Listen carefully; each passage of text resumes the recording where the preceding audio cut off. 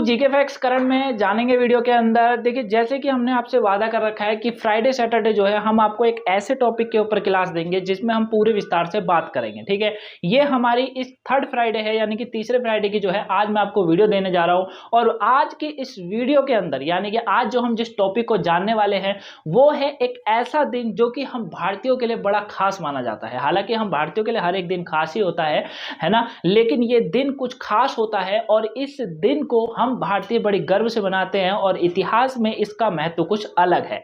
दिन है 26 जुलाई का। कब का? 26 जुलाई का वो दिन है। आपको पता होगा कि आज से 23 से 24 साल पहले एक युद्ध हुआ था जिसको नाम दिया गया था कारगिल युद्ध। ठीक है, यानी कि 26 जुलाई 1999 को कारगिल युद्ध हुआ था जिसमें हमारी भारतीय सेना के द्वारा एक बेहतरीन और एक नंबर का कह सकते हैं आपकी प्रदर्शन दिखाया गया था भारतीय सेना के द्वारा। ठीक है, क्योंकि हम जो है इस युद्ध से बिल्कुल अनजान थे, हमें नहीं पता था कि ऐसा कुछ युद्ध होने वाला है, क्योंकि कुछ समय पहले जो है हमारे तत्कालीन जो प्रधानमंत्री थे अटल बिहारी वाजपेयी, वो पाकिस्तान की उन्होंने यात्रा भी करी थी और कुछ जो है बातों को वहां पर करा था, उसके ऊपर भी बात करेंगे।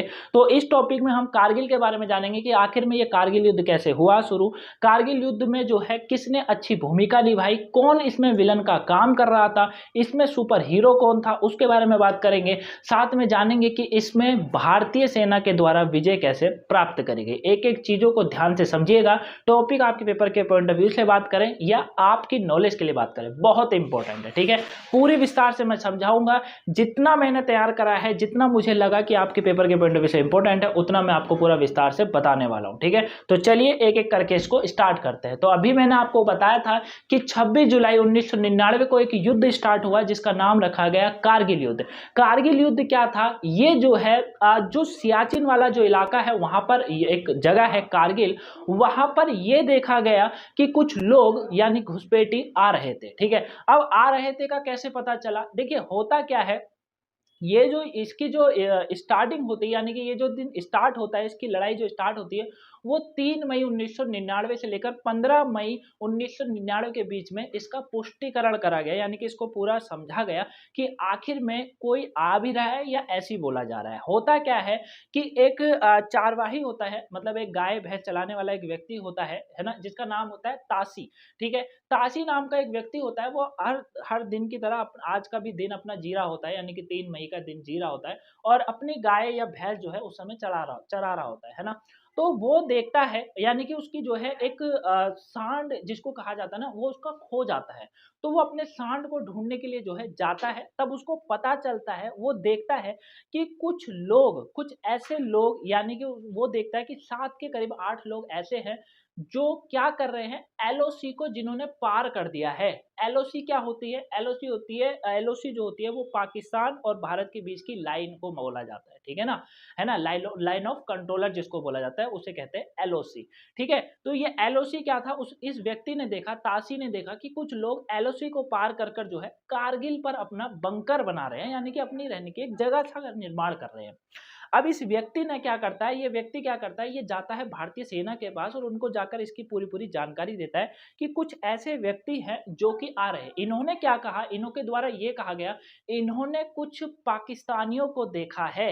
इन्होंने क्या कहा, इन्होंने कुछ पाकिस्तानियों को देखा है और इनके द्वारा एक बात भी कही गई थी कि पाकिस्तानियों को इन्होंने दाढ़ी के हिसाब से अनुमान लगाया कि ये पाकिस्तानी है। ठीक है, ये इनकी तरफ से कहा गया था।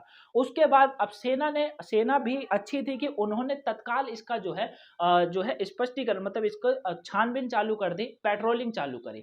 जब इसकी पेट्रोलिंग चालू करी तो भारतीय सेना ने भी इसकी पुष्टि कर दी कि हाँ, 500-600 करीब कुछ लोग हैं जिन्होंने एलओसी पार कर हमारे इलाके पर बंकर बना लिए हैं, निर्माण कर लिया है। ठीक है, अब यहां से जब ये स्टार्ट हुआ, यानी कि सीधा सीधा मतलब क्या हुआ कि पाकिस्तान की जो सेना थी उसने घुसपैठ करी, एलओसी को तोड़ा और उसके बाद जो है वो अंदर घुसी। अब आप एक पॉइंट को याद रखिएगा, यहां पर एक पॉइंट बनता है कि सर क्या ये जो कारगिल युद्ध था ये पहला युद्ध था? पहले यहां पर एक पॉइंट को समझिएगा, क्योंकि यहां पर एलओसी वाला पॉइंट आ रखा है, लाइन ऑफ कंट्रोलर का पॉइंट है।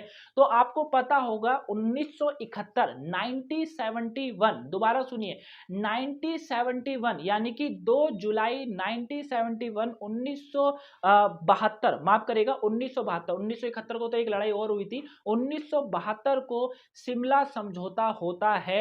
इसमें जो है हमारी प्रधानमंत्री थी उस समय इंदिरा गांधी और जो पाकिस्तान था उसकी तरफ से थे जुल्फिकार अली भुट्टो, उसने हस्ताक्षर करा था शिमला समझौता पर। याद रखिएगा, बहुत इंपॉर्टेंट पॉइंट है, एग्जामिनर ऐसे क्वेश्चन बार बार आपको आगे आपके पेश करता है और यूपीएससी का काफी इंटरेस्टिंग टॉपिक इसको माना जाता है यूपीएससी के अंदर। तो अली भुट्टो जो था और जो इंदिरा गांधी थी उन्होंने 3 जुलाई 1972 को एक शिमला समझौते पर हस्ताक्षर करा गया था और शिमला समझौते में एक बात का स्पष्टीकरण हुआ था कि दोनों देश के बीच में जब भी जम्मू एंड कश्मीर को लेकर मुद्दा चलेगा तो बातचीत होगी, युद्ध नहीं होगा, बातचीत होगी, घुसपैठ नहीं होगी। लेकिन पाकिस्तान क्या करता है, 1999 में उसने इस समझौते की भी कदर नहीं कर एलओसी को तोड़ा और अंदर घुस गया। तो यहां पर एक बात स्पष्ट हो गया कि पाकिस्तान युद्ध चाह रहा था, जो कि उसको जवाब भारत की तरफ से दिया गया था। तो ये बात आप अच्छे से जाने होंगे, एलओसी को तोड़ा था, पूरे देश पूरा विश्व जान गया था कि भारत सही है, पाकिस्तान गलत है। ठीक है, इस पॉइंट को हमेशा ध्यान रखिएगा कि 1999 की लड़ाई में पाकिस्तान ने एलओसी को तोड़ा था, जबकि अटल बिहारी वाजपेयी सर के द्वारा यह कहा गया था कि कोई भी एलओसी का उल्लंघन नहीं करेगा। हालांकि पाकिस्तान कर चुका था, लेकिन भारतीय के जो प्रधानमंत्री थे उस समय अटल बिहारी वाजपेयी सर, उन्होंने साफ स्पष्टीकरण करा था कि एलओसी को नहीं तोड़ा जाएगा क्योंकि हमने समझौता करा है, पाकिस्तान करता है उसे करने दो। ठीक है, इस तरफ से कहा गया था। तो आई होप आप इसको जाने होंगे कि तासी नाम के व्यक्ति ने बताया कि कुछ घुसपैठी हैं जो कि घुस चुके हैं, जिन्होंने एलओसी पार कर ली है। ठीक है, साथ में उन्होंने ये भी कहा, उनको जो पता चला कि ये घुसपैठी ही, उन्होंने क्यों कहा, हो सकता है कुछ और भी कह सकते हैं, इन्होंने घुसपैठी कहा उनकी दाढ़ी मूंछ को देखकर कहा था। ठीक है, इसको आप लोग समझ गए होंगे अच्छे से, ये मैं उम्मीद करता हूं। ठीक है, अब जो चाहरवा चलाने वाला था उसने इसका स्पष्टीकरण, उसके बाद भारतीय सेना ने भी पुष्टिकरण करा और उन्होंने भी कहा हाँ भैया कुछ ऐसा हुआ है। अब होता क्या है, अब होता ये है, इसके बाद क्या देखा गया, इसके बाद ये देखा गया 25 मई को 1999 को सैनिकों को कश्मीर में भेज दिया गया, यानी कि सियाचिन पर जो लड़ाई लड़ गई थी, लड़ाई स्टार्ट हो गई थी कारगिल वाली, वो हो गया। लेकिन ऑपरेशन विजय कर आर्मी के द्वारा चलाया गया था, लेकिन इससे पहले ऑपरेशन विजय चलाया जाता। लेकिन 26 मई को जब ये हमला शुरू करा गया, अभी तो 25 मई को तो सेना को बुलाया जा रहा है क्योंकि जो लोग छुट्टी पर गए थे उनको वापस बुलाया गया कि भैया लड़ाई हो रही है तो आपको आना पड़ेगा। लेकिन होता यह है 26 मई को हमारी वायुसेना ने एक ऑपरेशन का स्टार्टिंग कर दी, जिसका नाम रखा गया ऑपरेशन सफेद सफारी। क्या रखा गया? ऑपरेशन सफेद सागर, सफेद सफारी नहीं, सफेद सागर रखा गया। ठीक है, याद रखिएगा कि ऑपरेशन सफेद सागर हमारी भारतीय वायुसेना के द्वारा शुरू करा गया। ठीक है, लेकिन इसके ठीक बाद ही जो है भारतीय सेना जो है उसने भी ऑपरेशन विजय नाम से शुरू कर दिया और इसमें हमको विजय मिली थी। ठीक है, दूसरी चीज, एक चीज याद रखिएगा, मैंने आपको एलओसी वाला मुद्दा बता दिया कि एलओसी क्या था, वो चीज मैंने आपको समझा दी। सैनिकों के बारे में मैंने आपको बता दिया। ठीक है, इसको भी आपको जो है याद रखना है। अब जो ये वायुसेना के द्वारा चलाया जा रहा था ऑपरेशन सफेद सफारी, इसके ऊपर हम लोग बात करते हैं। जो ऑपरेशन सफेद सफारी था, ऑपरेशन सागर जो वायुसेना के द्वारा चलाया गया था, ठीक है, उसको बाद इसको जो है कंटिन्यू करा गया। लेकिन इससे पहले एक बात और जानिए, आपके दिमाग में क्वेश्चन होना चाहिए, क्या पाकिस्तान और भारत के बीच में ये पहला युद्ध था 1999 का कारगिल? नहीं, भारत और पाकिस्तान के बीच में ये पहला युद्ध नहीं था। जम्मू कश्मीर वाला मुद्दा आज से नहीं है, 1947 अक्टूबर को भी पाकिस्तान ने भारत पर आक्रमण करा था, मुद्दा रखा था जम्मू कश्मीर, यानी कि कश्मीर वाला मुद्दा। अगस्त को हमको स्वतंत्रता मिलती है, हम स्वतंत्र होते हैं। अक्टूबर के महीने में पाकिस्तान हम पर हमला कर देता है, जिसके जवाब में ये होता है कि जो बाकी संगठन, बाकी देश थे, उन्होंने इसमें हस्तक्षेप करा और इसको सुलझा दिया, कम कर दिया। ठीक है, लेकिन पाकिस्तान यहां भी नहीं रुका, ये दोबारा आता है 1965 में, वही से मुद्दा किसका लेकर? जम्मू कश्मीर का। ठीक है, 1971 में हमको लड़ाई देखने को मिली, जिसमें यह हुआ कि हमने इनके 94,000 सैनिकों को बंदी बना लिया। उसके बाद ये दर बदर भटकता रहा और पूरे विश्व के अंदर ये गुहार लगाता रहा कि भारतीयों को बोले कि हमारे सैनिक को छोड़े, हम जम्मू कश्मीर वाला मुद्दा दोबारा नहीं उठाएंगे। जब 1971 में हमने 94,000 इनके सैनिकों को बंदी बनाया, उसी बीच में 1972 का हमने शिमला समझौता भी करा था, लेकिन पाकिस्तान ने उस शिमला समझौते का जो है पालन नहीं करा और 1999 का हमको युद्ध देखने को मिला। यानी कि ये भारत और पाकिस्तान का चौथा युद्ध था, ये आपको याद रखना है। बात हो रही थी किसकी, 26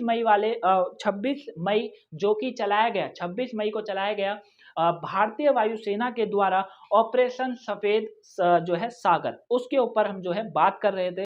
ऑपरेशन सफेद सागर में जो है 27 मई को, अभी मैंने क्या कहा था कि ये 27 मई को स्टार्ट हुआ, इसको आप लोग अच्छे से जान गए, ठीक है। 27 मई को क्या होता है कि 27 मई 1999 को फ्लाइट लेफ्टिनेंट थे जिनका नाम था के नचिकेता क्या करते हैं, इनके विमान में अचानक आग लग जाती है। अभी मैंने क्या बताया था, जल्दी से अपने माइंड को थोड़ा सा पीछे को लेकर जाइए। मैंने कहा कि भारतीय सेना के साथ साथ भारतीय वायुसेना ने भी इसकी मदद करी थी और भारतीय वायुसेना के द्वारा चलाया गया एक अभियान था जिसका नाम था ऑपरेशन सफेद सागर, ठीक है। इस तरीके से मैं इसको बार बार क्यों बोल रहा हूं, क्योंकि आपको याद रहना चाहिए बच्चा, ये पूछा जाता है एग्जाम में। ऑपरेशन विजय नहीं पूछेगा, ऑपरेशन विजय नहीं पूछा जाता, लेकिन आपसे ये, क्योंकि ऑपरेशन विजय 90% लोगों को पता है, लेकिन ऑपरेशन सफेद सागर कारगिल युद्ध में चलाया गया था, किस सेना के द्वारा चलाया गया था, ये मैं उम्मीद करता हूं 40-30% लोगों को पता होगा। तो इसलिए मैं इसको बार बार रिवाइज करवा रहा हूं ताकि आपके दिमाग में फिट हो जाए, ठीक है। इसको आप लोग समझ गए। अब इसमें होता क्या है कि जब भारतीय वायुसेना मदद कर रही है, एक चीज और याद रखिएगा, थोड़ी सी नॉलेज के लिए इंपॉर्टेंट है, अगर कभी भी किसी युद्ध में, ठीक है, अगर कभी भी किसी युद्ध में वायुसेना उसमें दखल दे दे, यानी कि वायुसेना अपना योगदान दे दे, तो युद्ध होना निश्चित होता है। याद रखिएगा, अगर एक सेना लड़ रही है तो कोई भी इतना बड़ा लड़ाई नहीं होगी, ये माना जाता है। लेकिन अगर वायुसेना ने भाग ले लिया या फिर जल सेना इसमें भाग ले ले तो समझा जाता है कि युद्ध एकदम निश्चित है, और देखा भी वही गया, युद्ध होकर रहा, ठीक है। इसमें होता यह है, जब ये वायुसेना के द्वारा चलाया गया तो जो फ्लाइट लेफ्टिनेंट थे जिनका नाम था के नचिकेता के विमान में अचानक आग लगती है। आग लगने के बाद वो विमान जब गिरता है तो वो पाकिस्तान वाले कब्जे पर गिर जाता है। अब पाकिस्तान वाले कब्जे में गिरा तो के नचिकेता को पाकिस्तानियों ने बंदी बना लिया और अपने पास रखा उनको, ठीक है। इसका जब ये खबर जब मिलती है, किसको, वायुसेना को जब ये खबर मिलती है तो उनका MiG-21 जो विमान है वो अपनी उड़ान भरता है, जिसमें अजय आहूजा उसको ऑपरेट कर रहे होते, चला रहे होते हैं। लेकिन होता क्या है कि पाकिस्तानी सैनिकों के द्वारा उस विमान को मार गिराया जाता है, जिसमें अजय आहूजा भी शहीद हो जाते हैं, ठीक है। तो वायुसेना का ये योगदान था, इसको आपको याद रखना है, ठीक है। अब होता क्या है कि जब ये सब चीजें हो गई, एक तरीके से युद्ध का आरंभ हो गया, तो हमारे जो उस समय के तत्काल प्रधानमंत्री थे अटल बिहारी वाजपेयी सर, उन्होंने 31 मई 1999 को पाकिस्तान के खिलाफ युद्ध का ऐलान कर दिया। क्या करा, पाकिस्तान के खिलाफ युद्ध का ऐलान कर दिया और पूरी दुनिया को यह बता दिया कि अगर भारत एक शांत देश है, लेकिन अगर आप उसकी शांति में बीच में आते हैं या उसको छेड़ने की कोशिश करते हैं तो अंजाम कुछ पाकिस्तान की तरह होगा, खदेड़ कर बाहर फेंक दिया जाएगा। वही हुआ जो कि अटल बिहारी वाजपेयी सर ने कहा भी था कि इसमें भारत विजय होगा, और देखा भी यही गया कि भारत विजय हुआ। लेकिन अटल बिहारी वाजपेयी सर का जो है, इन्होंने क्या करा था, ये मई के महीने की बात है, लेकिन ठीक है, मई महीने की ये बात है, 31 मई को पूरी घोषणा हो गई, लेकिन 20 फरवरी 1999 को ये वही अटल बिहारी वाजपेयी सर हैं जिन्होंने लाहौर जाने वाली बस में यात्रा कर भारत से लाहौर जाने वाली बस का शुभारंभ किया था, यानी कि स्टार्टिंग करी थी। उस समय ये पाकिस्तान गए थे और इन्होंने ये कहा था कि अब बहुत हो गई दुश्मनी, अब थोड़ी दोस्ती और प्यार से भी बात कर लेते हैं। मैं आपको एक क्लिप दिखा रहा हूं, इस क्लिप में आप देख सकते हैं कि अटल बिहारी वाजपेयी सर ने किस तरीके से जो है बात कही थी। बहुत दिन दुश्मनी होगी, अब कुछ दोस्ती को भी मौका मिलना चाहिए। आपने देखा होगा कि अटल बिहारी वाजपेयी सर ने क्या कहा, तो ये वही सफर है जो 20 फरवरी 1999 में पाकिस्तान की यात्रा इन्होंने करी थी और बस में बैठकर जो है ये वाघा बॉर्डर को इन्होंने पार कर कर ये लाहौर पहुंचे थे। ठीक है, कब पहुंचे थे? लाहौर। हम तो शांति का प्रतीक लेकर पाकिस्तान पहुंचे थे, लेकिन हमें नहीं पता था कि ठीक 3 महीने बाद यही पाकिस्तान घुसपैठ करेगा और कारगिल जैसा युद्ध को आरंभ करेगा। ठीक है, तो वही देखने को मिला इस पूरी बस यात्रा में। ये जो बस यात्रा करी गई थी इसमें 20 से ज्यादा लोग इसमें सफर कर रहे थे, लेकिन वो सफर जो था कोई छोटे मोटे लोग नहीं थे। उसमें भारत के प्रधानमंत्री थे अटल बिहारी वाजपेयी सर, देवानंद सर थे। ठीक है, आपको पता है फिल्म जगत के एक उजागर स्टार देवानंद वो थे। साथ में जो है गीतकार, इसके अंदर एक गीतकार थे जो है अख्तर ठीक है, जावेद अख्तर जो थे वो थे। और क्रिकेटर, उस समय के सुपरस्टार क्रिकेटर थे कौन? अनिल को क्या कहते हैं, कपिल देव सर, वो भी इसमें सफर कर रहे थे। इस तरीके से 20 लोग थे जो कि स्टार के रूप और क्रिकेटर इसमें सफर कर रहे थे, कलाकार थे। ठीक है, लेकिन देखने को क्या मिला? युद्ध देखने को मिला। जब ये युद्ध हुआ तो नवाज शरीफ को देवानंद ने बड़ी फटकार लगाई थी और कहा था कि हमने दोस्ती का हाथ बढ़ाया था लेकिन आपने खंजर भोंकने का काम किया था। ठीक है, तो ये चीज आप यहां तक अच्छे से जाने होंगे, ये मैं उम्मीद करता हूं। अब बात ये होती है कि जब युद्ध स्टार्ट हो ही गया, सब कुछ हो गया, मैंने सब कुछ जब युद्ध स्टार्ट हो गया, वायुसेना का भी जो है MiG-21 को मार गिराया, साथ में जो है के नचिकेता को भी जो है पकड़ लिया, लेकिन 3 मई को वापिस इनको छोड़ दिया गया था, के नचिकेता को, ये याद रखिएगा। इनके साथ साथ और भी जो थे सैनिकों को बंदी बनाया था, जिनका जो शव जब दिया गया था तो निचोड़ा गया था। मतलब जैसे एक होता है ना कि एक पक्षी कैसे निचोड़ निचोड़ के खाता है, तो उस तरीके से वो सब हमको प्राप्त हुआ था। ये उनकी है, जो भी है, अब ठीक है, वो चीज था। अब होता क्या है, अब जब युद्ध स्टार्ट हो गया, लेकिन इसी बीच में एक खबर और मिलती है कि इस समय जो भारतीय सेना के प्रमुख थे, कौन थे? जनरल वेद प्रकाश। कौन थे? जनरल वेद प्रकाश मलिक। ये उस समय जो है यात्रा पर थे। किसकी? पोलैंड की और चेक गणराज्य की यात्रा पर थे। इनको पता भी नहीं था कि कारगिल का युद्ध हो रहा है, लेकिन इनको पता चला वहां के राजदूत के द्वारा। वहां के राजदूत ने इनको जो है संदेशा दिया कि भैया कारगिल का युद्ध हो गया है, पाकिस्तान ने घुसपैठ करी है और वो अंदर काफी उसने बंकर बना लिया, काफी अंदर तक आ चुका है। ठीक है, ये चीज है। अब इन्होंने क्या करा, अब इनके दिमाग में एक क्वेश्चन उभरा कि कैसे हो सकता है, पाकिस्तान ऐसे कैसे कर सकता है। 1972 में लाहौर शिखर सम्मेलन हुआ, उसमें हमने समझौता भी करा, ठीक है, उसके बावजूद भी ये कैसे हो गया। अब हुआ ये था, पाकिस्तान चाहता क्या था? पाकिस्तान का मकसद यही था कि 1984 में जो भारत ने सियाचिन पर अपना अधिकार कर लिया था, सियाचिन को वैसे तो पूरा जम्मू कश्मीर ही हमारा है और पूरी बात करें तो पाकिस्तान ही हमारा है, ठीक है ना, पूरा पाकिस्तान ही हमारा है, क्योंकि अगर बात करेंगे तो पूरा जो अखंड भारत है वो बहुत बड़ा है, ठीक है ना। अखंड भारत की बात करेंगे तो बहुत बड़ा है। अगर हम लड़ाई करने जाए तो फिर हमें बांग्लादेश भी लेना पड़ेगा, इधर से श्रीलंका भी उठाना पड़ेगा, म्यांमार भी लेना पड़ेगा, है ना। लेकिन हमको मतलब नहीं था, हम अपनी जगह को रख रहे थे, LOC हमने बांट दी थी, उसके बावजूद भी पाकिस्तान ने हरकत करी। होता क्या है, जो लेफ्टिनेंट थे उस समय के, जो प्रमुख जनरल थे, वेद प्रकाश मलिक थे, उनके मन में क्वेश्चन आया लाहौर समझौते के बाद भी ऐसा क्यों हुआ। तो कारण आंसर एक ही मिला कि जो पाकिस्तान था उनका मकसद केवल इतना था, जो सियाचिन का ग्लेशियर है, सियाचिन का ग्लेशियर के अंदर जो एक लाइफ NH-1D है, उस पर कब्जा कर लेना है, समझ रहे हो। उसको किसी भी तरीके से पाकिस्तान अपने कब्जे में चाहता था, क्योंकि जब पाकिस्तान उसे अपने कब्जे में कर लेगा तो लाहौर जाने वाला रास्ता क्लियर होता है और सियाचिन को भारत से छीन लेगा। लेकिन ऐसा नहीं हुआ, हालांकि बहुत मुश्किल का सामना भारतीय सेना को करना पड़ा था, ठीक है ना। जनरल मुजफ्फर को बुरा लगा था, जनरल मुजफ्फर जो था वो इसमें उसको काफी बुरा लगा था, क्योंकि वो इसका पूरा लीड कर रहा था। जनरल मुजफ्फर जो था वो लीड कर रहा था और उसका कहना यही था कि भारत ने जो सियाचिन लिया ना 1984 में, उसकी दुश्मनी निकाली एक तरीके से इसने, ठीक है, ये चीज थी। अच्छा, मैंने अभी एक चीज और बताई थी कि भुट्टा इसमें एक योगदान निभा रहा था। भुट्टा वही व्यक्ति है जिसने ये कहा था कि वो घास के साथ रोटी खा लेगा, लेकिन पाकिस्तान के साथ, भारत के साथ हाथ नहीं मिलाएगा। हालांकि समझौता इसने किया, किस दबाव में करा ये नहीं पता,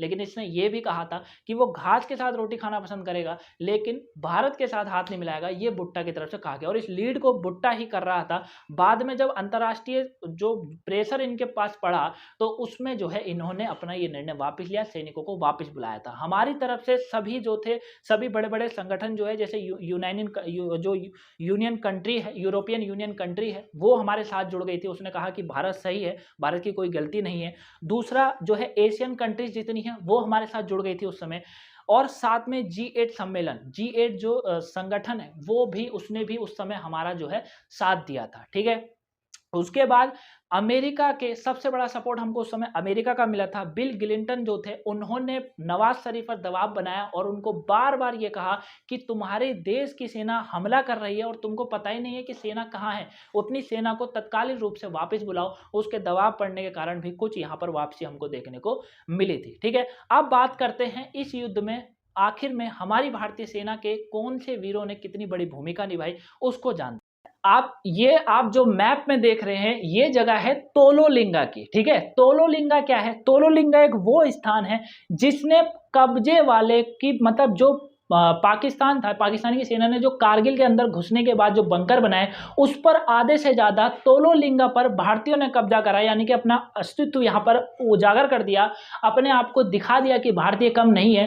तोलोलिंगा पर कब्जे ने पूरा कारगिल युद्ध का माहौल बदल दिया, पूरी तरीके से भारत पर ये जो है बारी आ गई थी। ठीक है, इसके अंदर प्रमुख जो थे जनरल वेद प्रकाश मलिक से, उन्होंने इस लड़ाई का इसे निर्णायक मोड़ बताया था कि जब तोलोलिंगा वाली पहाड़ियों पर कब्जा हो गया तो इसका मतलब यह था कि अब पाकिस्तान को पीछे हटना पड़ेगा।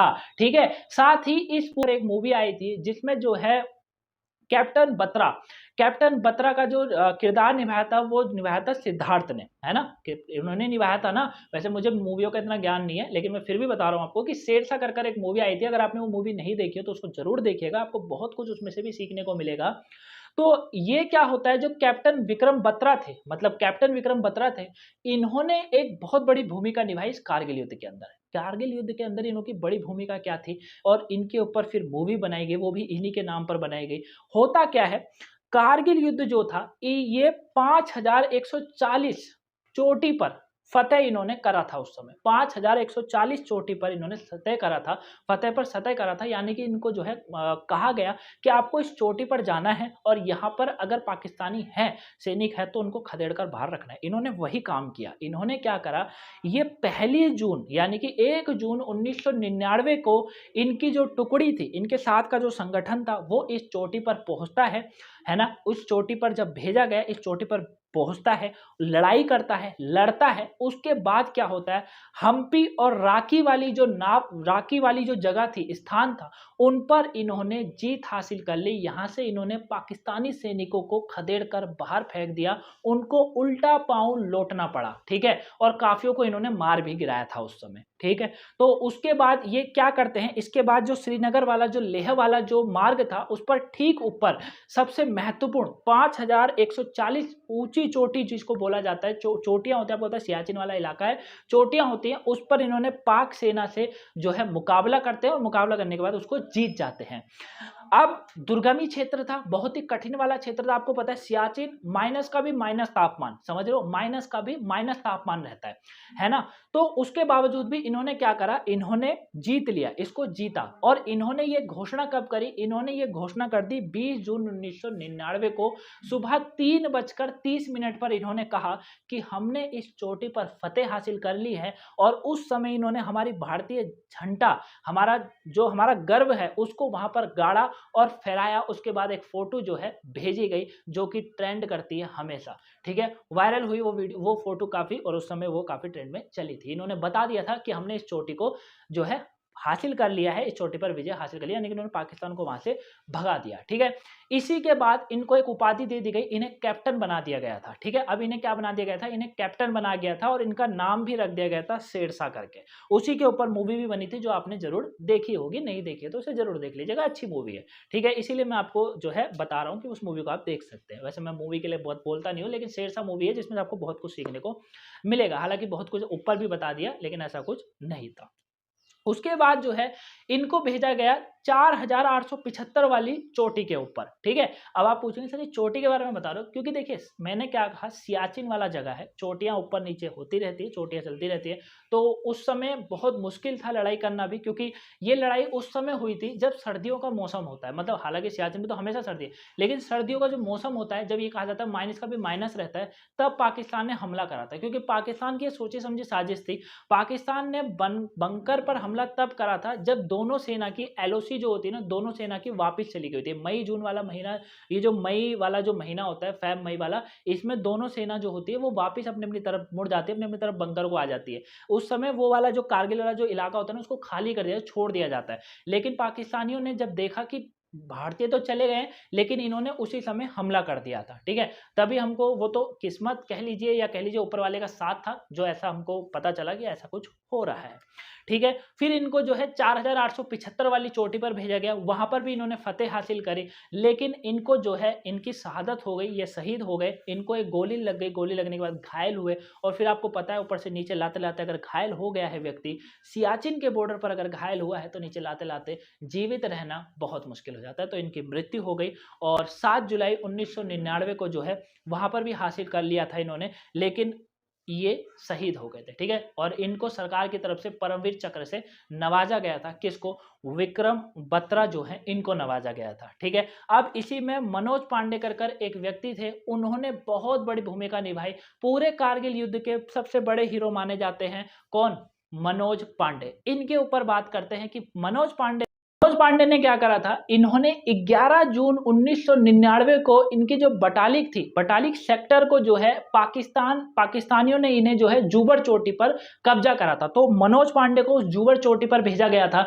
इन्होंने उस जुबर चोटी में बड़ा अच्छा अपना जो है पूरा, मतलब अपनी पूरी जान की बाजी लगा दी, है ना। इन्होंने अपना भी ख्याल नहीं रखा, हालांकि ये शहीद हो गए थे, इन्होंने अपना कोई ख्याल नहीं रखा। उस समय इन्होंने 4 वहां से जो है पाकिस्तानियों को मार गिराया था, बाकियों को इन्होंने भगा दिया था। मतलब इन पाकिस्तानी के बंकर में घुसकर उनको मारा था। इनके ऊपर भी मूवी बनी हुई है, उसमें अजय देवगन जो है उन्होंने योगदान निभा रखा है। अगर वो मूवी नहीं देखी तो उसको भी जरूर देखिएगा, मनोज कुमार पांडे की मूवी है ना। कारगिल युद्ध पर बेस है पूरी तरीके से। तो उसमें भी जो है मनोज पांडे जो थे, इन्होंने बहुत बड़ा एक अपना योगदान निभाया था, और काफी इनको भी जो है फिर सरकार की तरफ से इनको नवाजा गया था चक्रों से, ठीक है।